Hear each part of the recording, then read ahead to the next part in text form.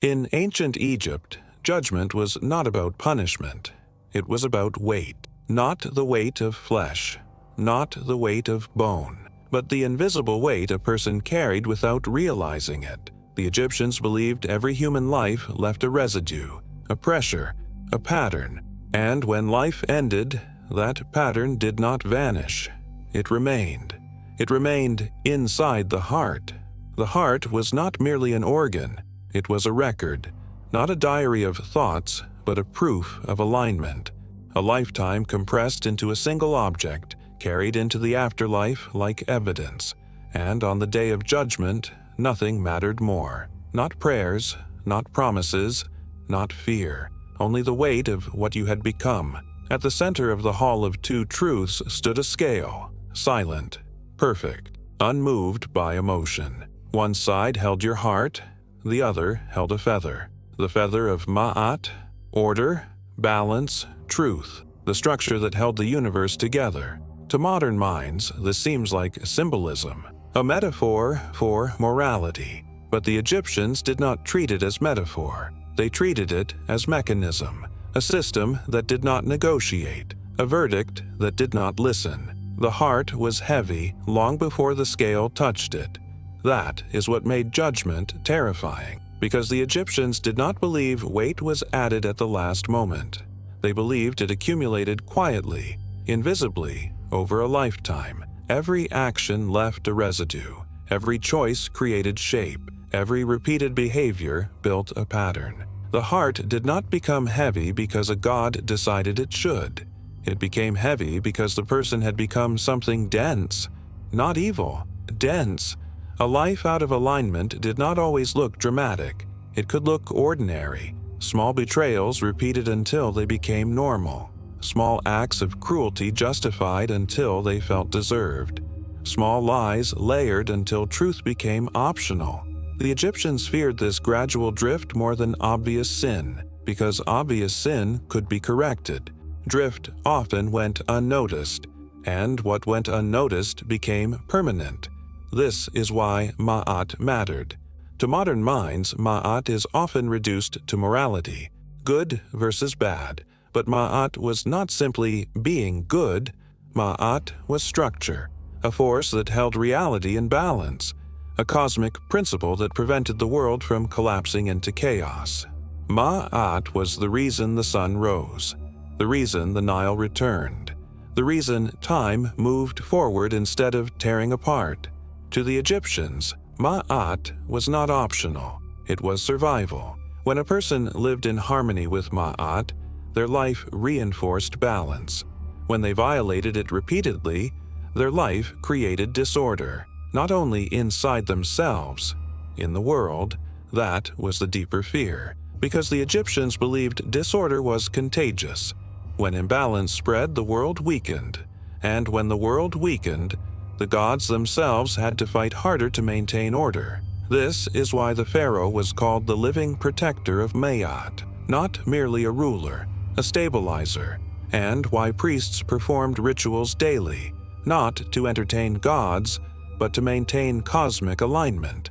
In this worldview, the scale was not a courtroom, it was a diagnostic tool. It revealed whether the soul could exist in an ordered universe without damaging it. A heavy heart was a heart that carried chaos, and chaos could not be allowed to continue, not because it was morally offensive, but because it was structurally dangerous. This changes everything. It means judgment was not personal. It was systemic. The universe did not punish you for being bad. It removed you for being unstable. A heart heavier than the feather meant the soul could not hold Ma'at, could not match the frequency of order, could not exist in balance. So the system did what systems always do. It filtered. This is why the Egyptians feared the second death more than anything. Most people fear pain. They feared disappearance. They believed that if you failed judgment, you did not go somewhere terrible. You went nowhere. You were not tortured forever. You were deleted. Your name stopped functioning. Your Ba could no longer move. Your K could no longer be sustained by offerings. Your Aka could never form. Your existence ended completely. and this is why they obsessed over preservation. Not only preserving the body, preserving coherence. Mummification was not vanity, it was engineering. Spells were not superstition, they were tools. Names carved into stone were not decoration, they were survival anchors. Because the Egyptians understood one more terrifying truth: even if you lived well, failure was still possible, not because you deserved it, but because the process was exact. A soul could drift under pressure, could weaken under the strain of the duat, could forget a name, misstep at a gate, lose form. Judgment was the final test, but it was never the only test. The scale was the last door, and behind it stood Amit, waiting in silence. Not angry, not cruel, certain. The scale was never the beginning, it was the end. Most souls never reached it. This is the part modern retellings forget. They imagine death as a straight line. You die, you arrive, you are judged. But for the ancient Egyptians, judgment was not guaranteed. It was earned through survival. The soul did not step into the Hall of Two Truths immediately. It had to cross the duat first, and the duat was not a place of punishment. It was a maze of verification, a system of gates, thresholds, interrogations, and irreversible failure. The duat did not test morality, it tested coherence.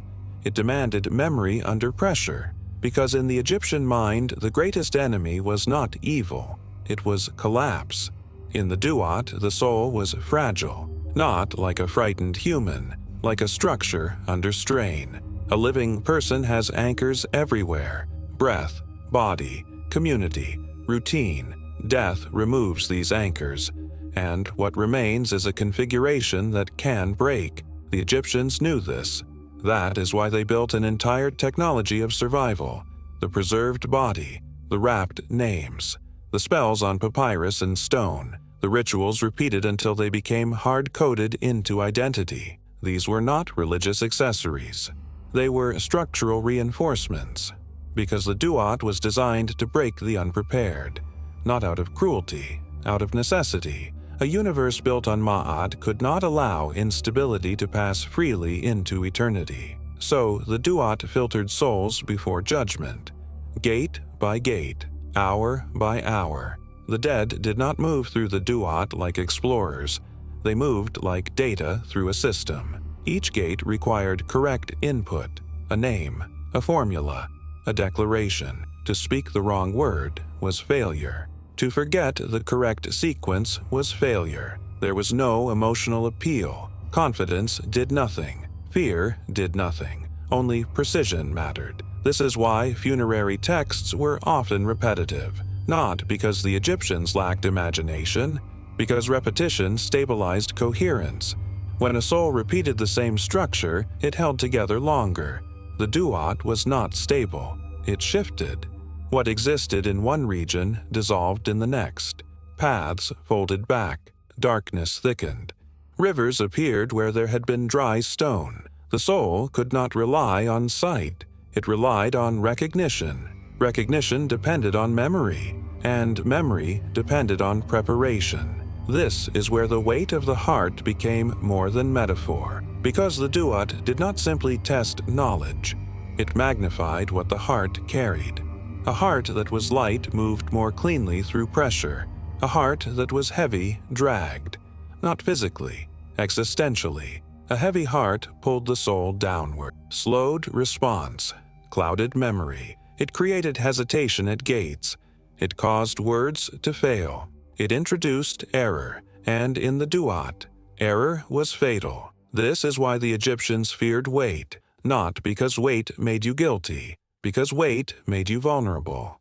A heavy heart did not just fail the scale, it was more likely to never reach the scale at all. The longer the journey lasted, the weaker the soul became. This weakness was not exhaustion like a tired body, it was fragmentation. The BA drifted. The name loosened. The ache failed to form. Small breaks became major breaks. And once the soul began to scatter, it could not pull itself back together. The Egyptians believed many souls became stuck in regions of stillness, not violent zones of punishment, quiet zones of suspension, places where the dead stood unmoving, neither erased nor progressing. They were not condemned, they were stalled. And stalling was a kind of death, because the duat was a sequence. And sequences do not wait. To fall behind the movement of order was to fall into silence. Only a narrow stream of souls crossed deep enough to approach the Hall of Two Truths. Those who arrived did not arrive as fresh beings. They arrived as survivors.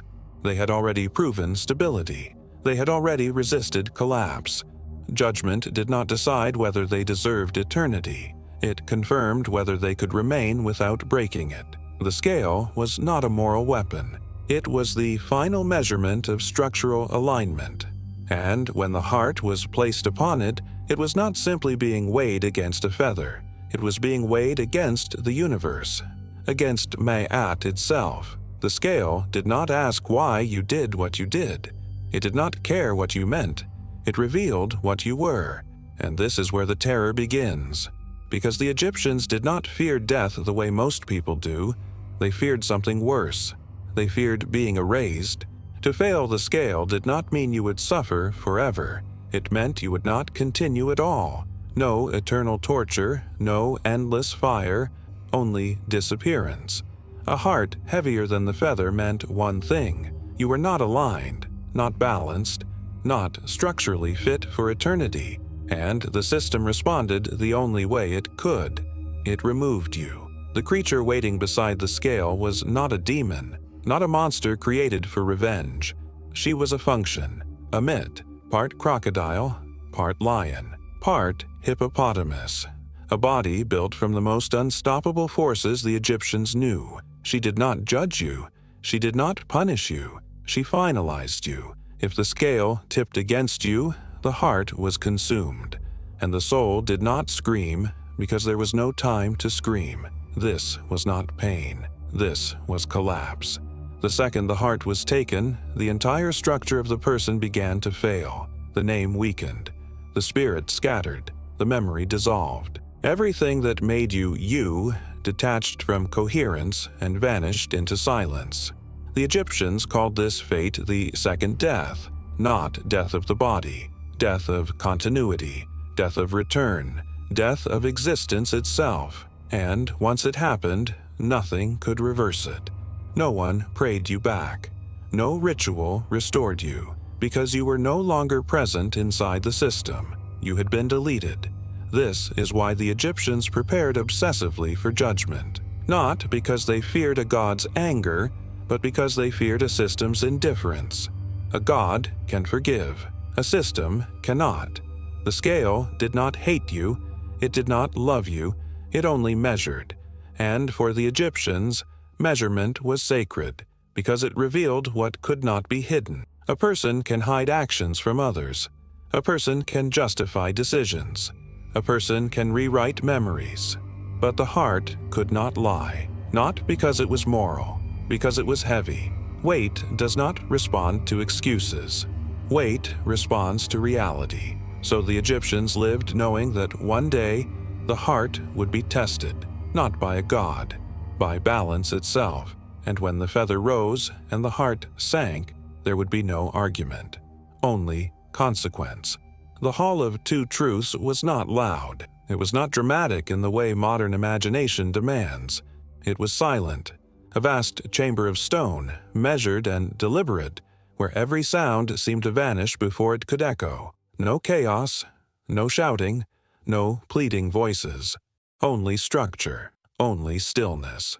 The Egyptians did not imagine judgment as a spectacle. They imagined it as inevitability. In the center stood the scales, not simply an object, a mechanism that represented something terrifying, a verdict that could not be influenced. To the Egyptians, there was no bribery here, no persuasion, no emotional negotiation. A human could lie to another human. A human could reshape their own story, but the scale could not be deceived, because it did not measure words. It measured weight, and weight responded only to reality. Anubis stood beside the scales, not as a tyrant, not as a punisher, as a verifier. He did not threaten, he did not comfort, he was precise. His presence was the presence of procedure. Everything in this chamber existed to eliminate randomness. The heart was brought forward, not the physical organ in the modern sense, but the spiritual record of a lifetime, a condensed pattern of how someone had lived, how they had aligned, how they had repeated disorder until disorder became identity. The Egyptians believed the heart was heavy for reasons that could not be hidden, not because of a single moment, but because of a shape formed over time. A life lived against balance left density behind. A life lived without truth left residue. A life lived with cruelty created weight. A life lived with constant self-justification thickened the soul. The heart did not become heavy because the gods were angry. It became heavy because it was filled with what the universe could not carry. And beside the scale rested the feather of Maat. Not purity in the childish sense, not innocence, not perfection. Maat was structure, the law beneath law, the pattern beneath pattern, the principle that prevented existence from collapsing into chaos. To match Maat was not to be nice, it was to be aligned, to be coherent, to be stable enough to continue. This is why the heart was weighed against a feather, not because the feather was fragile, but because it was exact. It represented the lightest possible form of order, the most precise standard of balance. A heavy heart could not fake alignment. It could only reveal itself. And then the moment came. The heart was placed on one side, the feather on the other. The chamber waited. Silence thickened. The scale moved. Not with theatrical speed, with calm inevitability. If the heart aligned, the beam steadied, and the soul was allowed to continue. But if the heart sank, even slightly, if it dragged the scale into imbalance, then the verdict was final. The Egyptians did not imagine this as a matter of almost. Almost meant failure, because the afterlife was not a place for instability. A soul allowed into eternity while unstable would damage eternity itself. The system would not permit it. This is where Ammit waited. She did not step forward to terrify. She did not roar. She did not need to. Her body was the certainty of consequence. Part crocodile, part lion, part hippopotamus. Not random parts, but the most unstoppable forces the Egyptians knew. Crocodile, sudden finality. Lion, dominance and inevitability. Hippopotamus, crushing power. Ammit was not evil. She was not cruel. She was the system's solution. The Egyptians called her the devourer, but she did not devour you. She devoured what could not remain. If the scale tipped against the heart, Ammit consumed it. And this is where modern minds imagine pain. But the Egyptians imagined something colder. Erasure. The second the heart was taken, the soul lost its anchor. Everything that required coherence began to fail. The name weakened. The Ba drifted. The Ka lost its structure.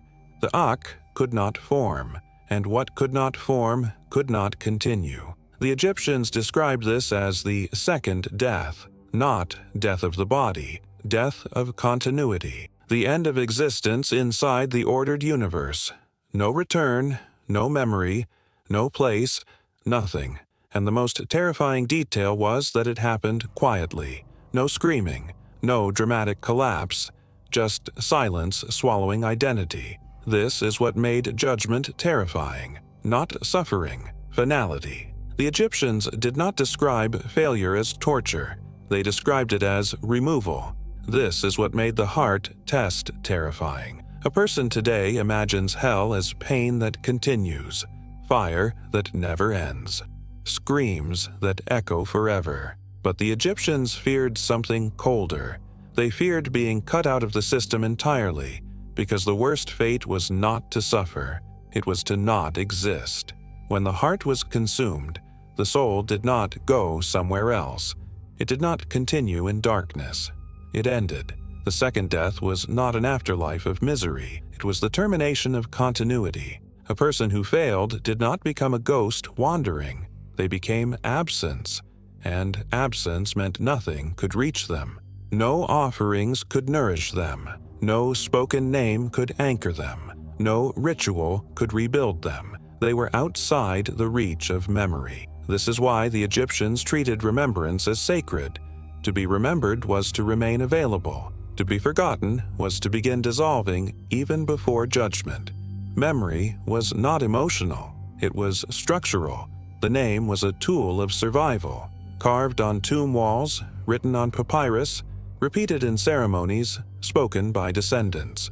The name did not simply honor the dead.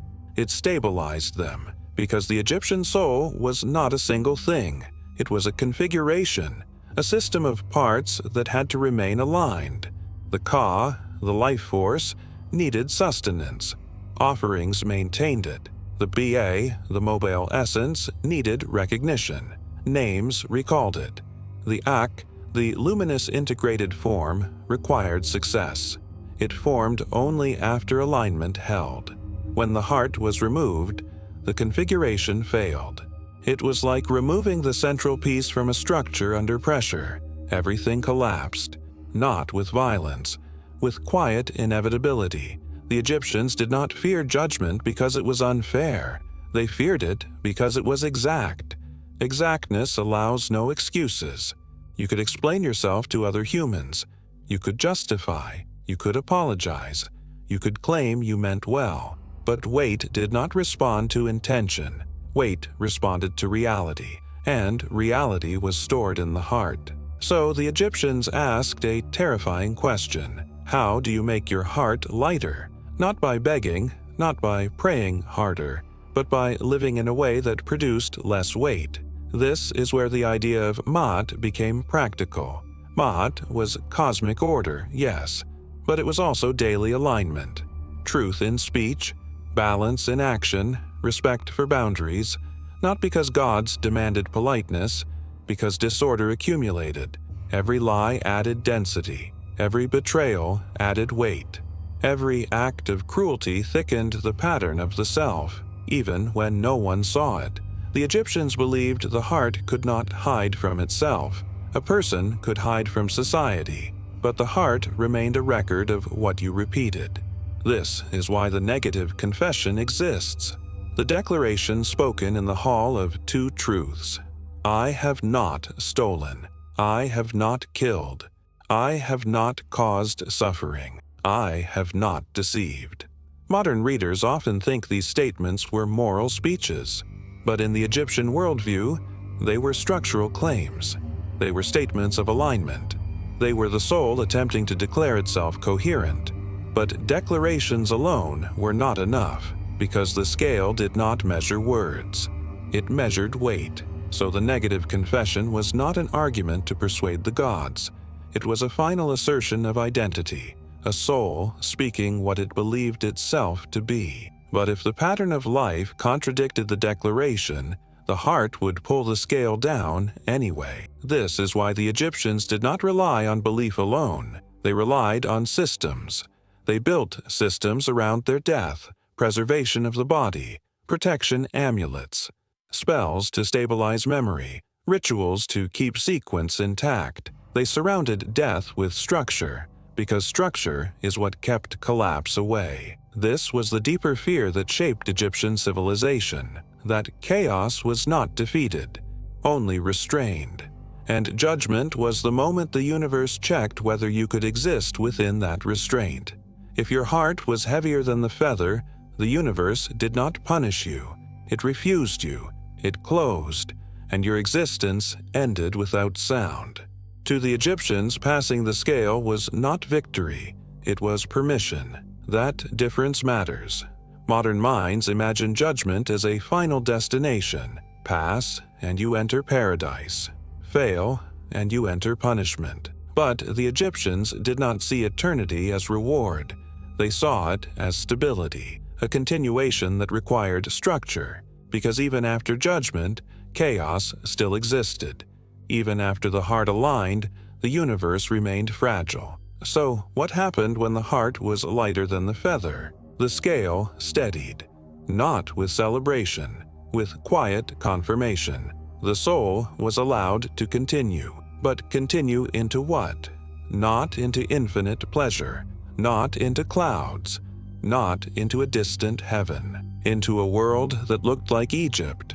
Fields, waterways, reeds, the field of reeds, a perfected reflection of the living world, built not to entertain the dead, but to stabilize them. The Egyptians understood that identity survives through familiarity. A soul does not maintain coherence by entering something completely unknown. Unknownness invites fragmentation. So the field of reeds was order made visible, a world where everything followed pattern, where cycles repeated without collapse. But it was not effortless. The dead worked the fields. This confuses many people today. They assume labor equals punishment, but to the Egyptians, labor was continuity. Motion maintained structure. Stagnation invited decay, even in eternity. This is why tombs contained Shabti figures, small servant statues placed in abundance. Modern interpretations often reduce them to slavery in the afterlife, but in a deeper sense, Shabtis were safeguards. If the soul weakened, if alignment faltered, if rhythm broke, the Shabtis acted in place of the dead, continuing the motion of order, because order had to be maintained, always. The field of reeds was not separate from the duat. It was what remained after the duat, a space where what survived the maze could persist without immediate collapse. But the maze never truly ended, because the Egyptians did not believe chaos could be destroyed, only restrained. This was the darkest truth of their cosmology. Even the gods fought every night. Ra crossed the underworld every night. Apophis returned every night. Order was not a permanent state. It was an action repeated forever. Ma'at was not guaranteed. It was maintained. This reveals what judgment really was. Not a moral trial, a systems check. A moment where the universe evaluated whether you could exist without becoming a leak of chaos. If your heart aligned, you were allowed to continue. If your heart failed, you were removed. This was not mercy, it was necessity. The Egyptians feared a world where unstable souls continued into eternity because they believed instability spreads. A single imbalance left unchecked multiplies. A single fracture becomes collapse. So the scale did not simply judge you, it protected order, and it protected you from becoming part of what destroys it. This is why even those who passed were not done. They still depended on the living. The cause still required offerings. The name still required speech. Memory still required maintenance. A dead person's existence was not isolated. It was relational. It depended on continuity between worlds, between the living and the dead. This is why tomb inscriptions mattered, why statues mattered, why temples mattered, why funerary rituals repeated for centuries. Because remembrance was not emotion, it was engineering, a system designed to keep identity stable across the most dangerous transition of all, death. And through this system, the Egyptians attempted something extraordinary: to preserve coherence against chaos, to continue existence without collapse, not by defeating darkness, but by maintaining order inside it. The feather never changed. That was the final terror. Ma'at did not lower the standard. She did not bend. The universe did not adjust itself to you. You adjusted to it, or you failed.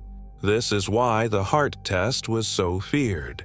Because it was not personal, it was not emotional, it was not revenge, it was measurement, a cold confirmation of what you had become, compressed into weight. If the heart was lighter than the feather, continuity opened. Not comfort, not pleasure, continuation, a stable existence inside order. But if the heart was heavier, the scale did not argue, it simply tipped. And the system responded the only way it could.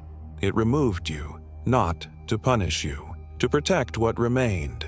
No screaming, no spectacle, only a quiet ending. This is what the Egyptians called the second death, not the death of the body, the death of return, the death of memory, the death of being reachable. A soul erased does not wander, it does not suffer, it does not endure, it disappears.